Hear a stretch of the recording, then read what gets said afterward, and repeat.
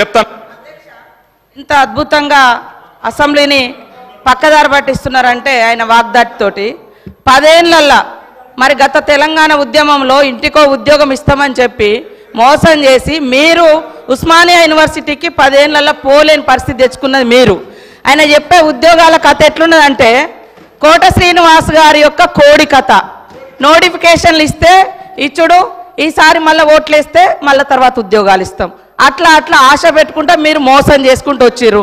మరి ఆ 34,000 ఉద్యోగాలు 10 ఏళ్ళ అధికారంలో ఉండి మరి మీరు ఎందుకు ఇవ్వలేకపోయారని చెప్తున్నా. ఎందుకు ఇవ్వలేదు? ఇంకొకటి, దాదాపుగా ఈ రోజు వరకు మా నోటీస్కి వచ్చింది డబుల్ పెన్షన్స్.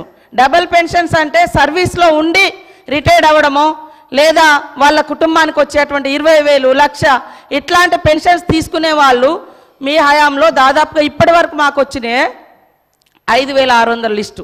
లక్ష్మమ్మ గారు కూడా 24,000 పెన్షన్ తీసుకుంటుంది సార్. సరే, లోకల్ అధికారులు రికవరీ చేసినట్టుంది, అది మా నోటీస్కి రాలేదు. ఆమె 24,000 పెన్షన్ తీసుకుంటుంది, ఇటు 2,000 పెన్షన్ కూడా తీసుకుంటుంది.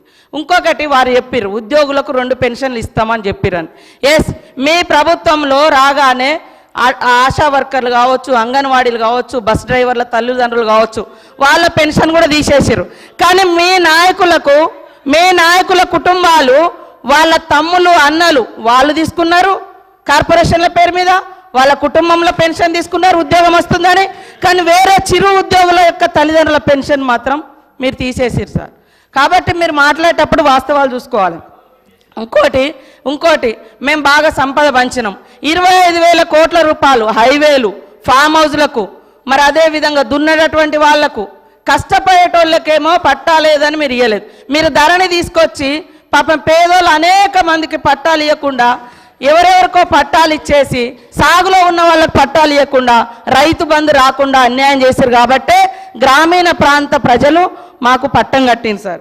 అదేవిధంగా పేదలకు ఇండ్ల విషయం, మీరు ఇన్ని బిల్డింగ్ల గురించి చెప్తున్నారు. లక్షలాది మంది పేదోళ్ళకి ఇండ్లు లేక ఇబ్బంది పడుతుంటే మీరు ఏ పేదోళ్ళకి ఇండ్లు ఇచ్చిర్రు సార్? 10 ఏళ్ళల్లా ఎవరికి ఇండ్లు ఇచ్చిర్రు? కాబట్టి మీరు ఇండ్లు ఇవ్వలేదు. బంగ్లాలు చెప్తున్నారు, ఓకే, బంగ్లాల గురించి చెప్తున్నారు, ఓకే, పేదల బాధల గురించి కూడా మాట్లాడండి. కాబట్టి ఇవాళ అనేక అవుట్సోర్సింగ్ ఉద్యోగులకు సంవత్సరాల తరబడి, నెలల తరబడి జీతాలు ఇవ్వకుండా ఇబ్బంది పెట్టింది మీరు. మేము నిజంగానే అనుకున్నాం సార్, మీరు రోజు ధనిక రాష్ట్రం బంగారు తెలంగాణ అంటే బయట నుంచి మేము కూడా అదే అనుకున్నాం, బంగారు తెలంగాణే ధనిక రాష్ట్రం అని. ఇవాళ మీరు ధనిక రాష్ట్రం ఇచ్చిపోతే మేమే మొత్తం అప్పులు చేసి ఇచ్చిన వాగ్దానాలు అమలు చేయనట్టుగా, మరి మీరెందుకు అమలు చేయలేదు? మేము 6 గ్యారంటీలు ఇస్తే మేము 500 గ్యాస్ సిలిండర్ అంటే మీరు 400కే ఇస్తామన్నారు. మేము 15,000 అంటే రైతు భరోసా, రైతు బంధు మీరు 16,000 అన్నారు. మరి అన్ని ఎన్నికల ముందు మీరు కూడా మేనిఫెస్టోలో పెట్టిరు. 10 ఏళ్ళ అధికారంలో ఉండి చేయలేదు, కానీ ఎలక్షన్ మేనిఫెస్టోలో మాత్రం పెట్టుకున్నారు. అంటే మీరు మోసం చేద్దామని కదా, మీకు వ్యవస్థ తెలిసి కూడా మేము బయట నుంచి మా ప్రభుత్వం ఆశతోటి నిజంగా ప్రజలకు బాగా చేయాలని మా ప్రభుత్వం ఇవన్నీ పెట్టినాం. మాకు టైం ఉంది, ఇంకా మాకు టైం ఉంది చేసుకోవడానికి. మీరు 10 ఏళ్ళలో చేయలే కదా. మీరు అన్ని పేపర్ లీకేజీలు ఇచ్చారు, ఇండ్ల పేదలకు ఇండ్లు ఇవ్వలేదు. మీరు పెన్షన్ కూడా 57 సంవత్సరాలకే ఇస్తానని మీరు గతంలో 2014 నుంచి 18 వరకు అధికారంలో ఉన్నారు.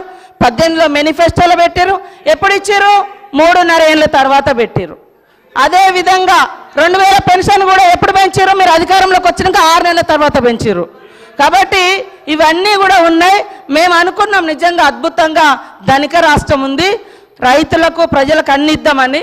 కానీ 6 నెలలు సాధ్యం కాలేదు. కొన్ని మీరు రైతు రుణమాఫీ అని చెప్పి 8-10 ఏళ్ళు చేసిరు, అనేక విడతలుగా చేసిరు. మేము ఒక్కొక్కటి చేస్తున్నాం, ప్రజలు సంతృప్తిగా ఉన్నారు. కానీ బాధంతా మీకే కనబడుతుంది, 3 నెలల ఎలక్షన్ కోడ్కే పోయింది సార్, అది కూడా తెలుసు. కానీ పదే ఇవ్వలేదు. ఇవ్వకుండా మాకు ప్రజలు బుద్ధి చెప్పేటప్పుడు చెప్తారు. ఖచ్చితంగా ఇచ్చిన మాటకు మేము కట్టుబడి ఉంటాం. కొద్దిగా ఓపికతోటి ఉండండి. మీరు కూడా చాలా చేయలేదు, కానీ మేము చేస్తాం.